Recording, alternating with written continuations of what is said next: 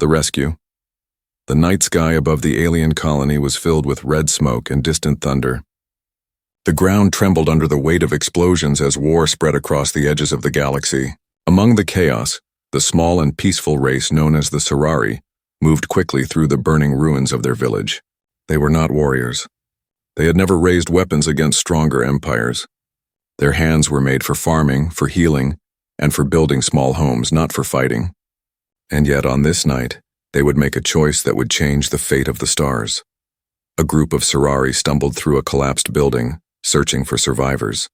Fires roared, metal twisted, and the air was heavy with dust. Then one of them froze. From the rubble came a sound no Sorari had ever expected to hear. It was soft, fragile. It was the cry of a human child.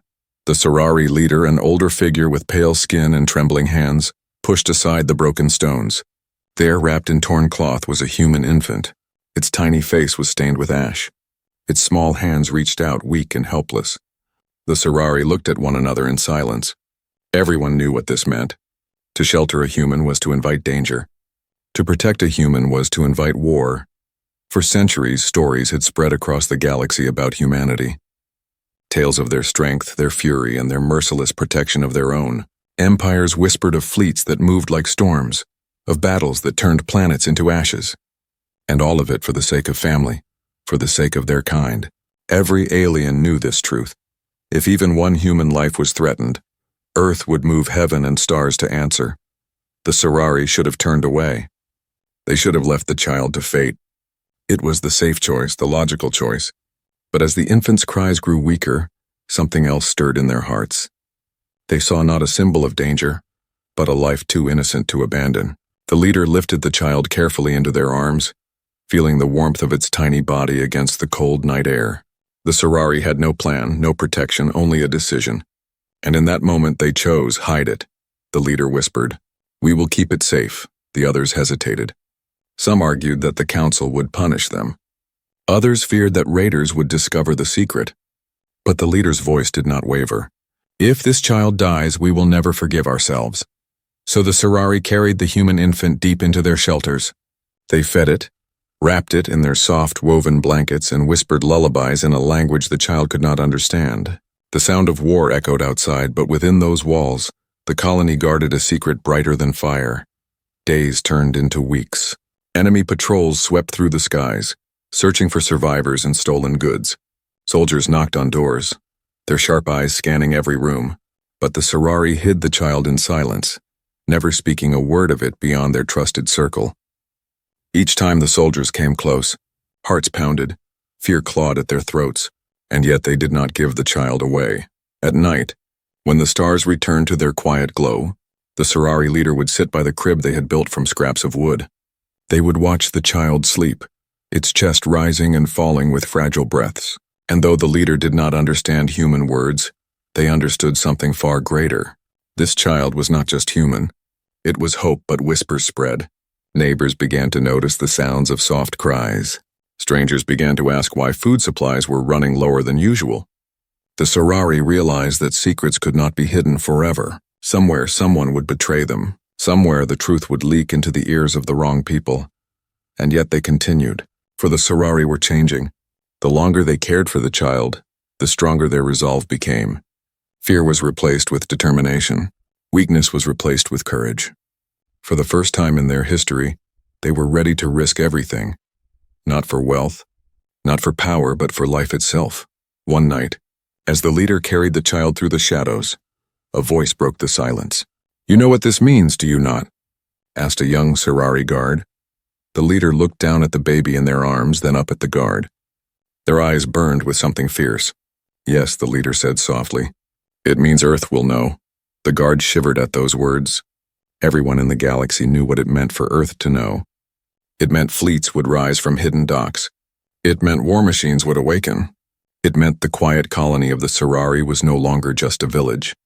It was now under the eyes of the most dangerous force in existence, and somewhere, far across the stars, deep within the silence of Earth's watchful command, a signal had already been received. A signal that told them one thing, clear and undeniable. A human child had been saved and Earth would answer. Earth responds. Across the vast silence of space, the signal reached Earth. It was not loud. It was not long. A single coded message carried across secure lines, whispering of a human child found and protected by an alien race called the Sorari. Many signals crossed the stars each day. Many begged for trade, for treaties, for mercy. But this one was different. This one carried the weight of blood. When the message reached Earth Command, silence fell over the Great Hall of Leaders. Screens flickered with the details, maps of Sorari territory and fragments of reports showing burned villages and raider attacks. Yet none of that mattered more than the first line. One of our children has been found alive, guarded by the Sorari. The commander at the table did not raise his voice. He did not need to. His words were enough to shake the walls. No one touches them. Not one ship. Not one hand. From this moment, the Sorari are under Earth's protection. The order spread like fire through every fleet and outpost. Crews rose from their bunks. Captains changed course, and warships that had drifted quietly in deep space now turned their cannons toward a new direction. In a matter of hours, a movement began that no empire could ignore. Earth's fleets gathered, hundreds of ships forming walls of steel and firepower. Whispers spread quickly across the galaxy. Spies carried the news to councils and courts. Traders told the story in hushed voices at distant ports. The story was always the same. A fragile race had saved one human infant, and now Earth was rising. For many alien rulers, the meaning was simple. This was not about the child alone. This was about humanity's oath. All species had heard the stories. Stories of Earth's loyalty. Stories of how they never forgot a debt, never forgave a threat, and never abandoned their own. Some empires had doubted those tales, calling them myths, exaggerated to frighten outsiders. But now they watched with their own eyes as fleets moved like storms. Myths had become truth. In the quiet villages of the Sorari, people began to notice strange movements in the sky. Giant shadows passed overhead, silent but heavy with power. Lights blinked among the stars, and massive warships hung in orbit above their world. The Sorari gathered in fear, unsure if they had doomed themselves by saving the human child. Parents clutched their children close. Farmers and healers stared upward, expecting punishment. Then the broadcasts began. Screens lit up across their colonies, showing the face of an Earth envoy. His eyes were sharp, his voice firm, but his words were gentle. You have done what few dared. You have protected one of ours. From this day you are not alone. Earth stands with you, the Sorari wept. For a people who had lived in fear for centuries, the words felt unreal. They had been too small to defend themselves, too weak to stand against raiders, too fragile to resist stronger empires. And yet, because of one child, they were now guarded by the most feared force in the galaxy. But not everyone saw this as a blessing.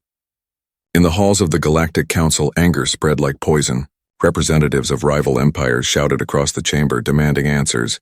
Humanity cannot claim entire species under their shield, one alien declared. This is reckless. Dangerous, cried another. If Earth extends its wrath for one child, what will they do when more are involved? But their words carried little power, for behind every argument lay fear. Fear that one mistake, one wrong move, would bring the fire of Earth's fleets upon them. In hidden war rooms, enemy leaders planned. Some spoke of testing Earth's promise. If the Sorari were so important now, perhaps striking them would prove that humanity was bluffing. Others warned against it, saying such an act would be suicide. Yet greed and pride have always been stronger than wisdom in the hearts of rulers. Back on the Sorari homeworld, the infant slept quietly, unaware of the storm that gathered across the stars. The Sorari leader, who had first lifted the child from the rubble, now stood outside their home, watching the skies filled with human warships. He whispered to himself, unsure if he was speaking in hope or in fear. Earth has come, and nothing will be the same. The next morning, the first Earthship landed on Sorari soil. It was enormous, a fortress of steel resting upon fragile ground. Soldiers in black armor stepped out, their weapons gleaming, their movements sharp and precise. The Sorari gasped, expecting commands, perhaps even occupation. Instead, the captain walked forward, bent down, and gently touched the child's forehead. Safe, he said. Just one word. But it was enough to shake every heart in the crowd. The warning. The galaxy had grown quiet, but it was not the silence of peace. It was the silence of fear. Rumors moved faster than ships. In every trading port, in every hidden chamber of power, the same words were whispered. The Sorari protected a human child. Earth has placed them under its guard. For centuries, the Council of Worlds had balanced its strength on fragile lines. The great empires fought one another with politics and whispers rather than fire, but Earth was different. They were not part of the Council. They had never sworn to obey its laws, and now with one message they had declared their own law. Whoever touched the Sorari would answer to Earth. The Council gathered in their vast chamber of glass and steel. Delegates filled the air with shouting, their voices echoing across the high ceiling. Some argued that Earth had no right to claim another species. Others demanded that the Sorari be turned over at once before the galaxy fell into chaos. Yet beneath their anger lay a deeper truth. They were afraid. At the center of the chamber, a hologram flickered to life. It was not the Sorari leader. It was not even the child. It was the envoy of Earth. His figure stood tall, his uniform dark, his voice steady as stone. "You call this chaos," the envoy said. "We call it family. The Sorari saved one of our own. That act alone is enough. From this day they are under our shield. From this day no empire will harm them. Consider this not a request. Consider this a warning." The chamber erupted again. Some shouted in outrage. Others sat in silence, their eyes fixed on the envoy, their hearts racing with the memory of battles Earth had fought before. Those who remembered Earth's wars remembered planets burning, fleets shattered, empires humbled. Humanity did not speak lightly. When they said a species was under their guard, it meant entire fleets would move, entire armies would rise, and enemies would fall without mercy. Beyond the Council's walls, the Sorari tried to understand their place in this storm. They had been nothing but farmers and healers, a quiet people with no weapons. Now they were the center of the galaxy's attention. Some of them rejoiced, believing Earth's protection was a blessing. Others trembled, fearing it was a curse. What if Earth's enemies came to destroy them? Not because of who they were, but because of who guarded them. The Sorari leader, who still carried the child in his arms at night, felt the weight of both hope and dread. Each time he looked into the infant's eyes, he asked himself the same question. Had they doomed their people by saving this child, or had they given their people a future they had never dared to dream of? The answer came in the form of steel. Across the stars, enemy fleets began to gather. They did not move openly. They whispered, they schemed, they tested the edges of Earth's defenses. Raiders who once plundered Sorari villages now found their paths blocked by Earth warships. Their vessels burned before they could fire a single shot. Yet still there were those who believed Earth's warning was nothing but words. One such empire, proud and reckless, sent a small fleet into Sorari space. They did not come with flags or treaties. They came with weapons ready. Their leaders told themselves that Earth would not waste its strength on a fragile race. They told themselves that humanity could not be everywhere at once. They were wrong. The Sorari were the first to see the intruders, their skies lit with fire as enemy ships pierced the clouds. Panic spread through the colony. Families ran for cover, remembering raids of the past, certain that this time their world would burn again.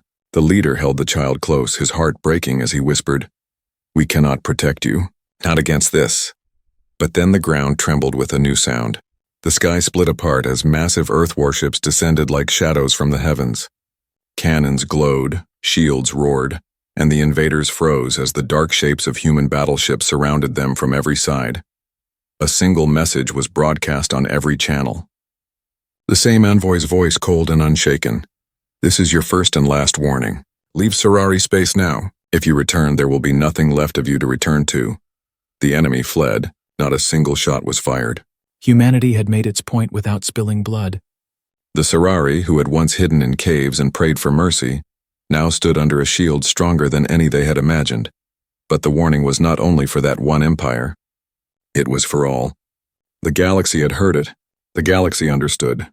Earth was not bluffing. Earth was not bending. And Earth would not stop. In the silence that followed, the Sorari leader lifted his head to the night sky. Human warships hovered above, their lights glowing like distant stars. He tightened his arms around the child and whispered, "You are not alone anymore.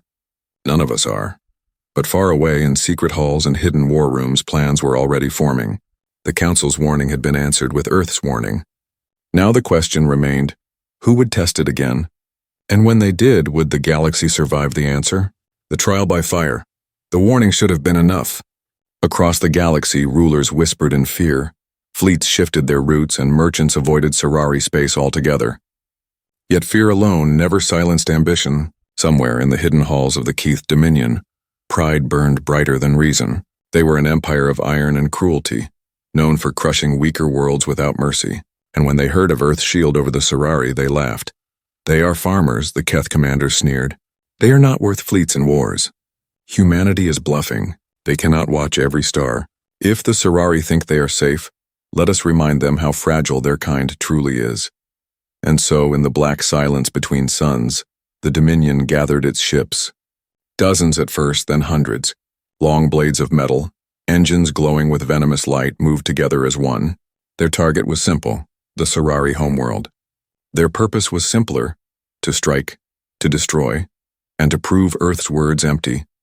The Serari saw the sky fill with fire once again. The memory of past raids rushed back like poison. Families ran for shelter. The leader, clutching the human child close, felt the same helplessness he had once felt in the ruins where the infant had been found.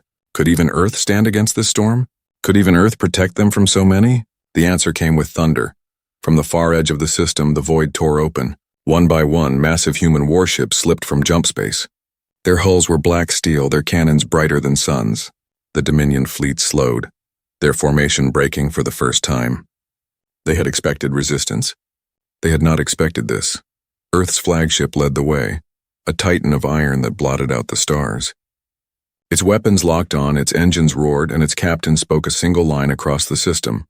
You were warned.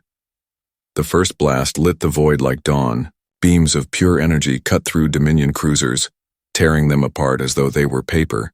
Explosions rippled across the fleet, metal fragments spinning into endless night. The Dominion fired back, desperate, but Earth's shields held. Every strike they launched only brought more fury in return. The Serari watched from their valleys and cities as the heavens became a battlefield. Trails of fire streaked across the sky, each one a ship burning, each one a warning to those who dared challenge Earth's promise. For every Dominion vessel destroyed, the Serari felt their fear melt into awe. The battle lasted less than an hour. When the silence finally returned, the stars were littered with wreckage. Where once hundreds of Dominion ships had darkened the system, now only a few crippled survivors limped away into the void. Humanity had not merely won. Humanity had crushed them, but Earth was not finished. Their flagship transmitted one final message, sent across open channels for the entire galaxy to hear. This is the price of testing us. The Serari are under our guard. Harm them, and you invite extinction.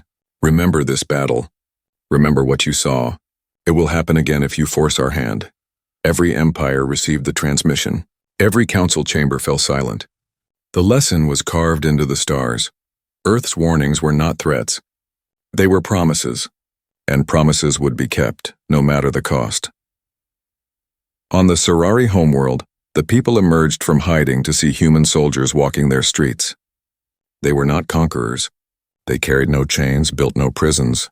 Instead, they helped rebuild shattered walls, delivered supplies, and stood watch at the borders. Children followed them with wide eyes, unafraid. For the first time in their history, the Serari felt safe. The leader walked through the crowd with the human child in his arms. The infant's eyes were wide, reflecting the fire still burning in the sky. He lifted his head toward the human captain who had led the fleet. Why? The leader asked softly. Why risk so much for us? The captain's face was hard, but his answer was quiet, almost gentle. Because you risked everything for one of ours. That is all the reason we need. The Serari leader bowed his head, overcome with a weight he could not describe. His people had been weak, afraid, and forgotten by the galaxy.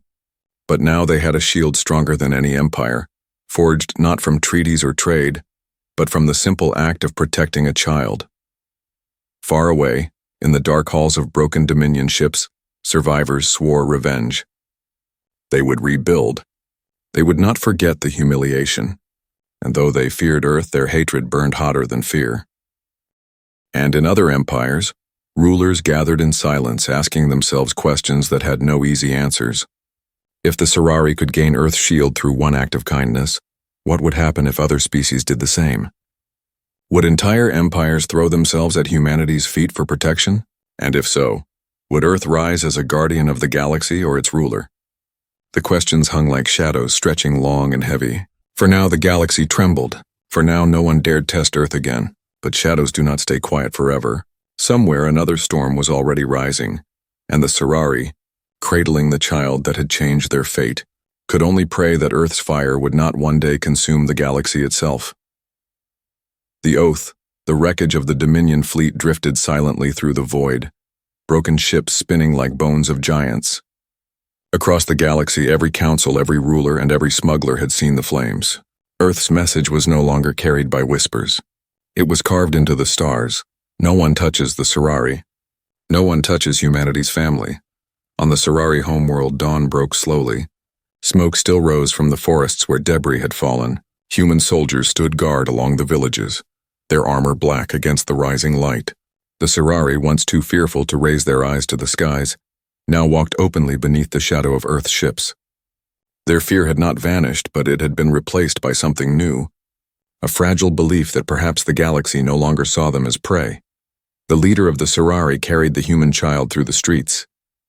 People gathered around, their faces filled with wonder as they looked not at the infant but at the soldiers who followed silently behind.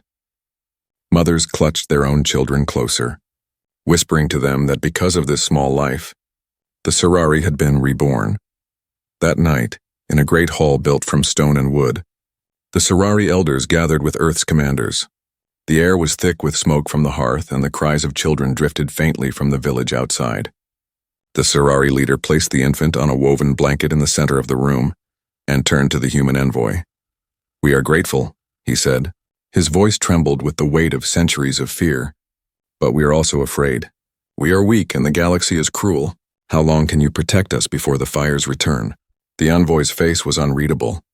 His eyes moved from the infant to the elders and then to the door where soldiers stood guard. His answer came not as a speech but as a vow. Humanity does not forget. Humanity does not abandon. You saved one of our children. For that you are no longer weak. You are no longer alone. From this day forward, no Serari will ever stand unprotected. From this day forward, your enemies are our enemies. This is our oath. The room fell silent. The words hung in the air like steel. The Serari elders looked at one another, their hearts torn between gratitude and fear. An oath from Earth was not a gift to be taken lightly. It was a chain as much as it was a shield. Yet none of them dared refuse it, for they knew it was not only their survival at stake but the future of their children. The vow spread across the stars. Entire worlds heard the oath repeated, entire empires felt its weight. To some it was a promise of hope, a shield against raiders and tyrants. To others it was a warning, proof that Earth's influence would grow with every act of kindness shown to their kind. And in secret rooms, rival rulers asked themselves the question they feared most. What happens when too many seek Earth's protection? What happens when half the galaxy stands under their shield? Weeks passed. The Serari rebuilt their homes with the help of human engineers. Fields once abandoned were planted again, and laughter returned to villages where silence had ruled for years.